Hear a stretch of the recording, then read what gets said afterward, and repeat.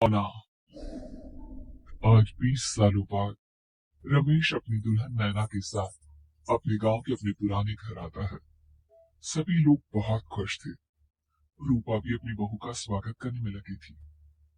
पर ये क्या, रूपा जैसे ही अपनी बहू की आरती उतारने जाती है, अचानक से तेज हवाएं चलने लगती है। घर की लाइट चली जाती है और आरती का थाल का दीपक बुझ जाता है। माँ, ये सब क्या हो रहा है? अचानक से ये मौसम कैसे बदल गया? अरे बेटा, ये गांव है। गांव में अक्सर ऐसा ही होता है। किसी भी वक्त मौसम बदल जाता है और कभी भी लाइट चली जाती है। दीपाली बेटा, किचन से मोमबत्तियां तो ले आ। रूपा के कहने पर दीपाली किचन में मोमबत्ती लेने जाती है। लाइट ना होने की वजह से घर में काफी अंधेरा था, इसलिए दीपाली अपने फोन का टॉर्च ऑन करती है और टॉर्च ऑन करते ही उसे महसूस होता है जैसे कोई उसके सामने से गुजरा हो। मुझे ऐसा क्यों महसूस हुआ कि मैंने अभी यहाँ किसी को देखा? क्या सच में यहाँ कोई था या ये सिर्फ मेरा वहम था? अरे दीपाली बेटा, मिले कि नहीं मोमबत्ती? हाँ हाँ माँ, मैं सभी लाती हूँ। दीपाली सारी बातों को भूलकर मोमबत्ती जलाती है और जैसे ही मोमबत्ती लेकर वापस बाहर जाने के लिए पीछे मुड़ती है तो उसके सामने एक 10 साल की छोटी बच्ची खड़ी होती है। उस बच्ची की एक झलक देखते ही दीपाली डर जाती है और जोर जोर से चिल्लाने लगती है। तभी अचानक से लाइट आ जाती है। दीपाली की आवाज सुनकर शंकर और छोटा भाई पवन उसके पास पहुंचते हैं। क्या हुआ दीपावली बेटा? पापा, मैंने किसी को देखा। दीदी, दीदी यहाँ पर कोई नहीं है। अंधेरे में वहम हुआ होगा आपको। अब चलो, दरवाजे पर भैया भाभी कब से खड़े हैं। दीपाली भी इसे अपना एक बहन समझकर सबके साथ बाहर चली जाती है, जहाँ वो लोग अपनी भाभी का स्वागत करते हैं। नैना अपने पैरों से कलश को गिराकर थाल में पैर रखती है और घर के अंदर जाती है। सब घर के अंदर चले जाते हैं। भाभी, मैं आपकी ननद नहीं, आपकी छोटी बहन और फ्रेंड की तरह हूँ। इसलिए कभी भी आपको ये लगे कि भैया आपको सता रहे हैं तो आप उनकी शिकायत मुझसे कर देना। हाँ। भाभी भैया की शिकायत करे या ना करे, पर मुझसे और माँ से तेरी शिकायत जरूर करेगी। सभी आपस में बैठकर हंसी मजाक कर रहे थे। नैना भी घूंघट की अपने बिस्तर पर बैठी थी। वो सब आपस में बात कर ही रहे होते हैं कि तभी उन्हें एक अजीब डरावनी आवाज सुनाई देती है और कमरे की खिड़की अपने आप ही खुल जाती है। मुझे इसीलिए गांव पसंद नहीं। गांव में ऐसी ही डरावनी आवाजें आती हैं। मैंने तो सुना है गांव में बहुत सारे भूत भी होते हैं और इस मौसम को पता नहीं क्या हो रहा है। मुझे तो बहुत डर लग रहा है। मैं तो अपने कमरे में जा रही हूँ सोने। बाय भाभी, हम कल बात करेंगे। अब सब अपने कमरे में सोने चले जाते हैं। नैना अपने कमरे में बिल्कुल अकेली थी। कुछ देर बाद रमेश अपने कमरे में आता है और देखता है कि नैना खिड़की के पास खड़ी होकर बाहर की ओर एक टक नजरें लगाकर देख रही थी। क्या हुआ नैना? बाहर क्या दिख रही हो? मैं बाहर का मौसम देख रही हूँ रमेश जी। इस मौसम को देखकर ऐसा लग रहा है जैसे आज कोई अपना बदला लेने के लिए आया है।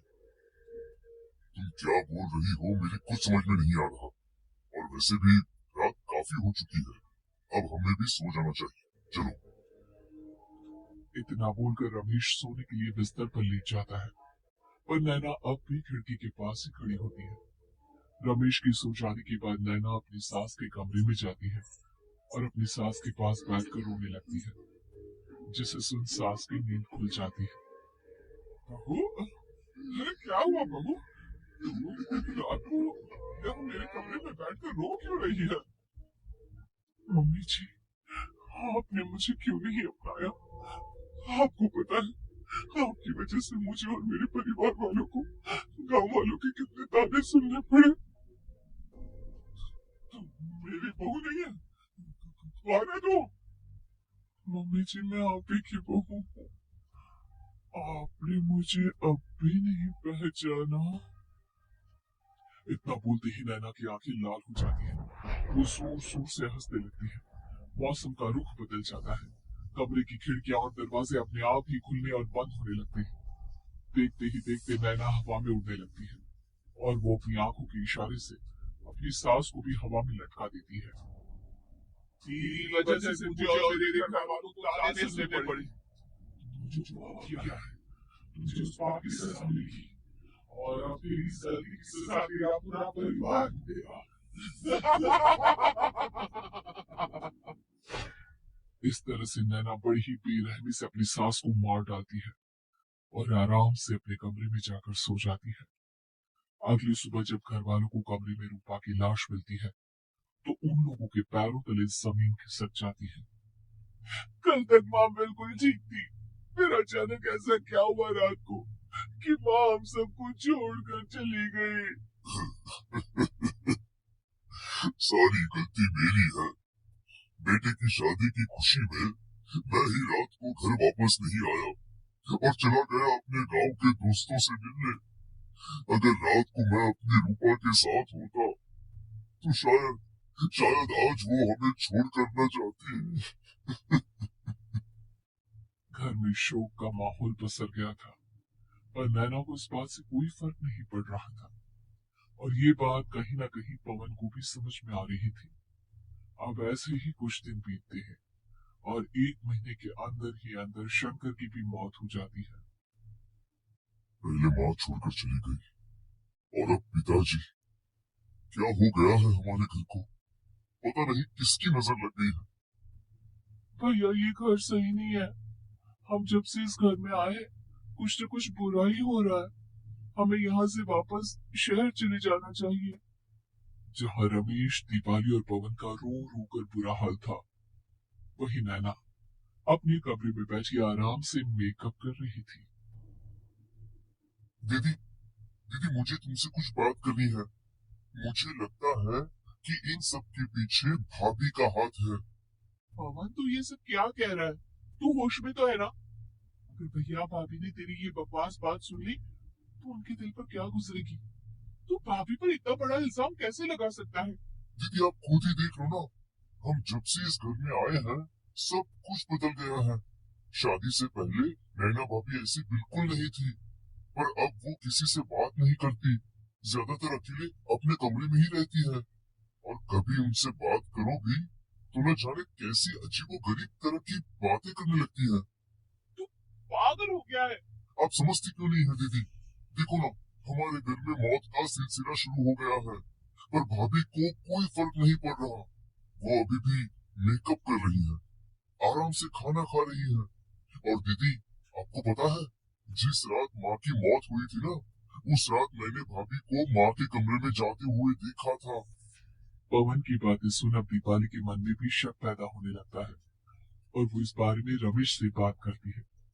रात को सब साथ में बैठकर खाना खा रहे थे तभी कौन हो तुम? और तुम ये सब क्यों कर रही हो? क्यों सबकी जान ले रही हो? रमेश जी, ये आप क्या कह रहे हैं? मैं पहले मम्मी जी पापा जी की जान क्यों लूंगी? मैंने कब कहा कि तुमने माँ पापा की जान ली? नैना, तुम तो मेरी पत्नी हो, तुम थोड़ी किसी को मारोगी। नैना, तुम नैना ही हो ना? रमेश की ये बात सुनती ही नैना खाना छोड़कर गुस्से में सबको देखने लगती है। नैना की गुस्से भरी आंख को देखकर तीनों भाई बहन डर जाते हैं। तभी नैना जोर जोर से हंसने लगती है।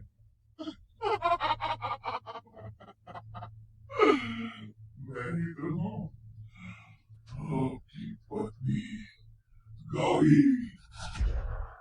गौरी का नाम सुनते ही रमेश के होश उड़ जाते हैं। आखिर कौन है ये गौरी? क्या है इस घर और घर वालों का राज?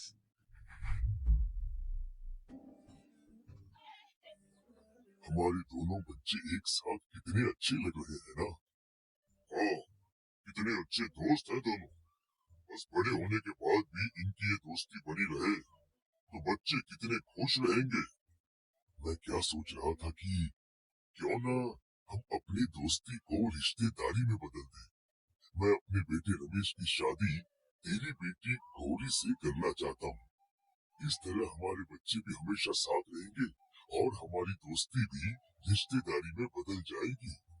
शंकर की इस बात से उसके दोस्त को बहुत अच्छा लगता है और वो अपनी बेटी की शादी रमेश से करवाने के लिए तैयार हो जाता है। बहुत जल्द दोनों परिवार मिलकर बचपन में ही रमेश और गौरी की शादी करा देते हैं। अरे शंकर, अपने बच्चों की शादी करवा कर हमने अपनी दोस्ती को रिश्ते